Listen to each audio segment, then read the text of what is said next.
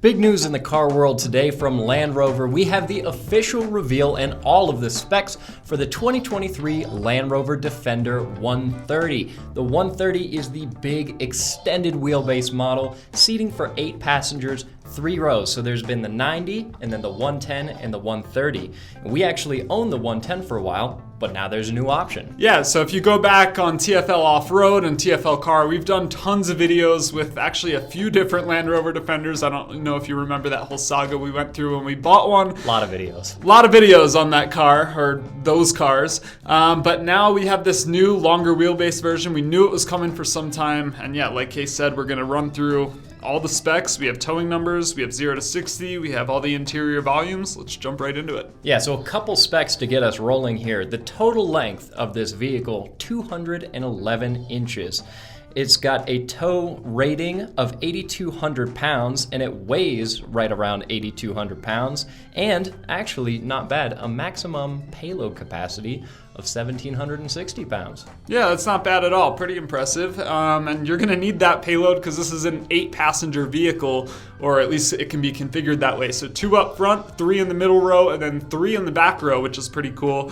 You do have a much longer overhang in the rear, so probably not going to be quite as good off-road as the 90 and the 110. We've done a lot of off-roading with the 110, and this just isn't going to have the same departure angle that the 110 has. Yeah, and Land Rover says that there's enough width in the third row for 3 adults to sit side by side comfortably. I guess it depends on your definition of comfortably and also the size of the adult. Like you and I and another person our size, maybe. Like 3. Some of the other like TFL Andre guys, Roman and Nathan, maybe not in not. the back seat, exactly. But yeah, a little bit more overhang, so the departure angle is not going to be as good.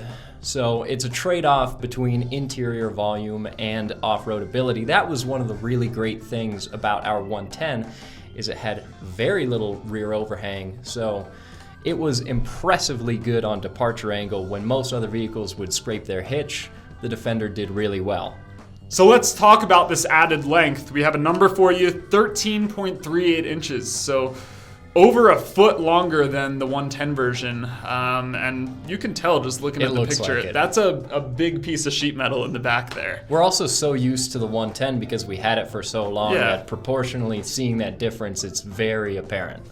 One of the perks of that extra length is that you can obviously fold down your second and third rows, and with both folded down, 80.9 cubic feet of space. If you just fold down row 3, you get 43.5 cubic feet, and all of the rows in place, 13.7 cubic feet in the trunk.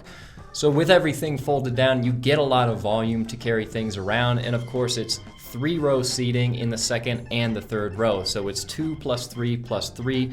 A lot of room for a lot of people. And the Defender 130 also is fitted with a larger 11.4-inch touchscreen. And Alex is our tech guy, so I'll toss to him. Yeah, I was really impressed with the text system that was in the 110 that we owned.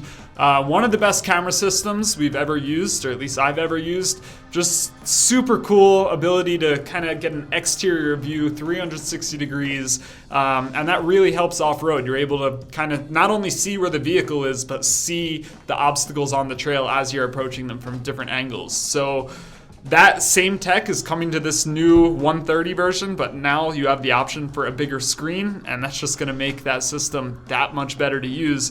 Also, speaking of the interior, the Defender 110 that we had a really cool interior with tons of unique materials that you wouldn't typically see on the interior of an off-roader. And in this 130 version, there is, again, a focus on some of those interior materials. So they're doing a light oyster leather, and there's this new natural light oak veneer and white powder-coated crossbeams as well. Chrome detailing on the inside. So again, as you would expect from Land Rover, huge attention to detail on the interior. It's not just an off-roader, it's got to be comfortable going down the road too. Yeah, that's an interesting combination, having leather and wood, but you also have powder coating.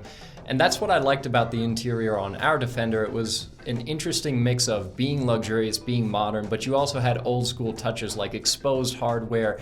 There's like bolts in the doors. Yeah, you can see the hardware. Of being rugged, but also being premium. It's not rugged in a way that makes it feel cheap, but It's unique, it's cool. It fits a little bit of that off-roading personality, and I think that's pretty cool. Yeah, and to go along with some of that same style, just talking about some of the ruggedness of the exterior, just like on the other Defender models, you have that diamond plate material up on the hood, which just kind of adds to the ruggedness of this. Also, the 130 is coming standard with these black roof rails you see up here, so very easy if you want to attach, kayak racks, ski racks, anything like that. And just like the other Defenders that we've seen, they're offering different packages with them. So the Explorer package, the Adventure, the Country, and the Urban packages, which gives you all different setups for wheels and tires and lockers and, all the off-road goodies you're going to want. You can get those in these predefined packages, just like the other Defender models. Land Rover has announced P300 and P400 engine option variants of the Defender 130. So the P300 is a mild hybrid 3-liter turbocharged inline 6. It's rated at 296 horsepower and 347 pound-feet of torque. If you upgrade to the P400, that same engine gets boosted all the way up to 395 horsepower and 406 pound-feet of torque, and they've even given us 0 to 60 numbers for those. So the P300 is 0 to 60 in 7.5 seconds. Not so bad for a big SUV, but the P400, 0 to 60 in 6.3. And the Defender 130, no matter which version you get, will come standard with all-wheel drive and a ZF 8-speed automatic.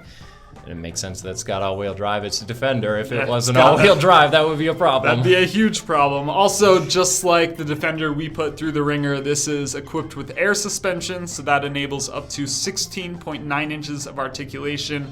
You can get an additional 2.8 inches of clearance in the front using that air suspension system and 2.9 inches in the rear, and it'll afford 35.4 inches of water too. The new 130 also has its own list of exterior color options, including a new Sedona red, and of course we have to talk about the pricing. So here in the US, pricing on the 130 starts at $68,000 here in the US, which is a pretty big premium over the 110 that starts at $53,400.